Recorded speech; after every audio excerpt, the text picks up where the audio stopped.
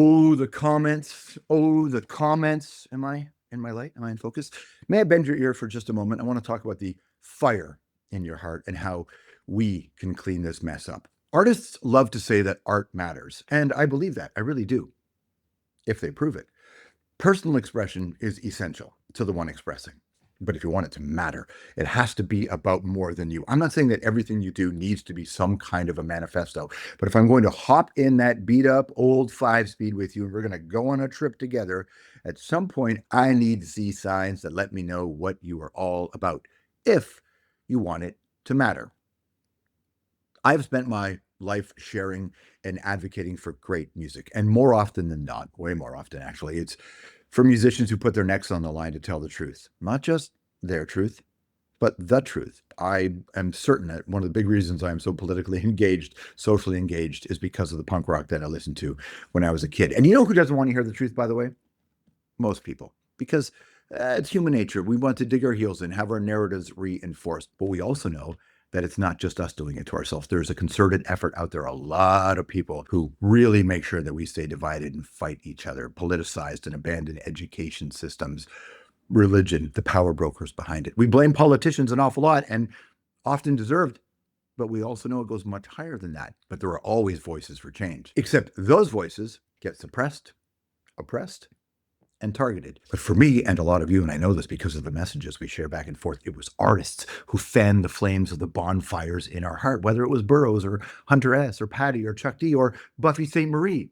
Back then, we didn't know, right? Now we can't, but if we're being honest, she was important to a lot of us. All hail Joe Strummer. All hail Johnny Rotten. Not so much now, but all hail Johnny Rotten. And from the boomer folk scene, the hippies, a lot of them, up through the soul revolution, civil rights, the ERA movement, into punk and the early alternative scene, second wave hip hop, it was on. Do you remember a time when you could go into a record store and with the pamphlets and the music and the people working there, it was as much a home for independent thought and ideas as an independent bookstore?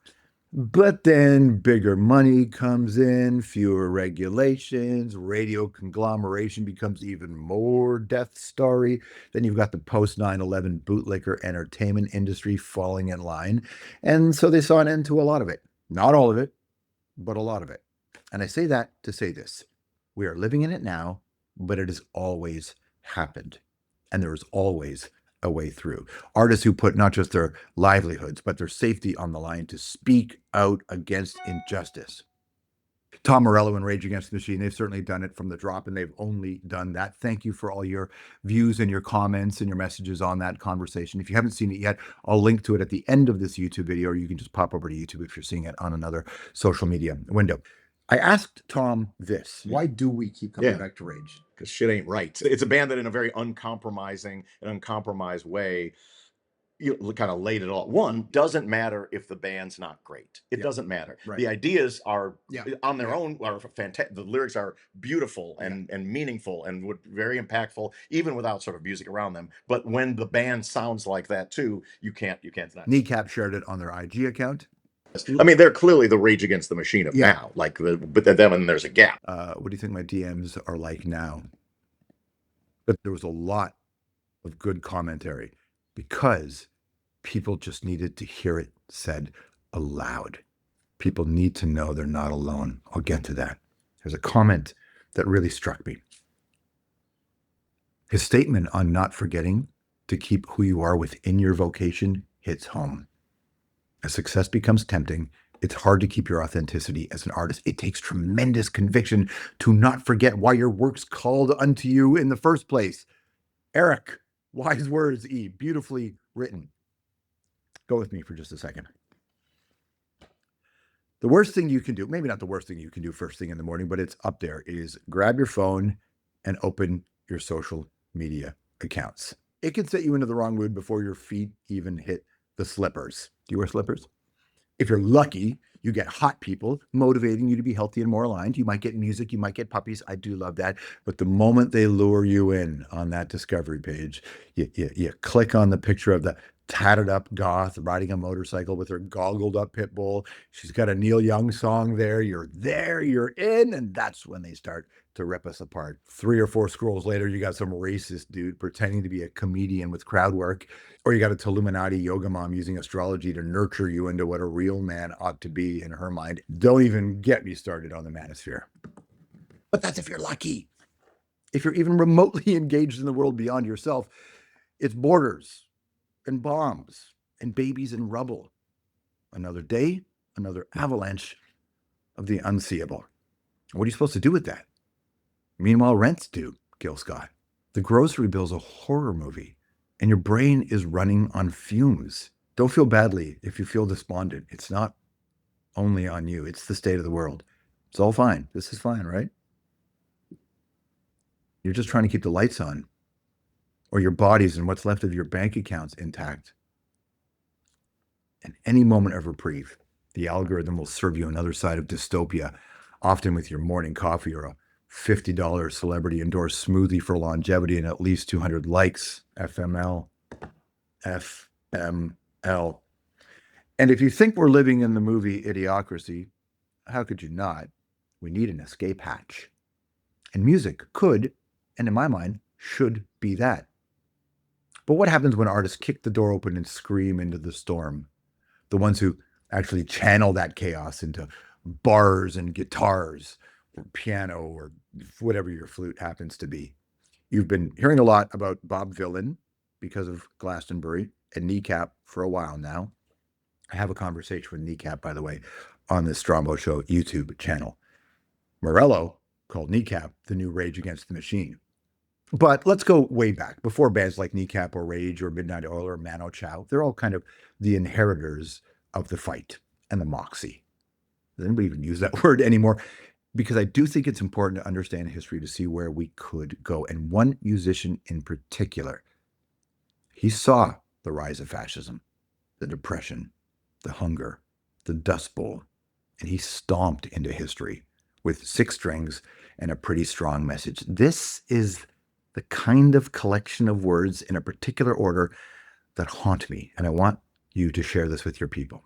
He said, I'm out to sing songs that will prove to you that this is your world, and that if it has hit you pretty hard and knocked you for a dozen loops, no matter what color, what size you are, or how you are built, I am out to sing the songs that make you take pride in yourself and in your work. I could hire out to the other side, the big money side, and get several dollars every week to just quit singing my own kind of songs and to sing the kind that knock you down still further, the ones that poke fun at you even more, and the ones that make you think that you've not got any sense at all. But I decided a long time ago that I'd starve to death before I'd sing any such songs as that. And then he went on to say, the radio waves, your movies, your jukeboxes, and the songbooks are already loaded down and running over with such no good songs as that. The song he's most known for is a song that's meaning has been all twisted up because it wasn't meant to sing around a campfire and talk about how beautiful the natural world is or to claim indigenous land or even to ignore it. But the reason why people think that is because they don't know the real story behind it, and it's not entirely their fault. The song, This Land Is Your Land, was a middle finger to Irving Berlin's God Bless America, which was playing everywhere on the radios and the jukeboxes while people were hungry outside the relief offices. But here's the thing. Part of the reason you don't know the whole story is because the original version had verse 4 and 6, and they were dropped from the official release. They were pure protest. They were the point of the song. There's a big wall there that's tried to stop me. The sign said private property, but on the backside, it didn't say nothing. This land was made for you and me, the people who own the land. You're not allowed on their side, but they're more than happy to be on yours. One bright sunny morning in the shadow of the steeple by the relief office, I saw my people. And as they stood hungry, I stood there wondering if God blessed America for me. That's the point of the song. As they say, some things never change. It's just the players have gotten richer, way richer. But what do you do with this?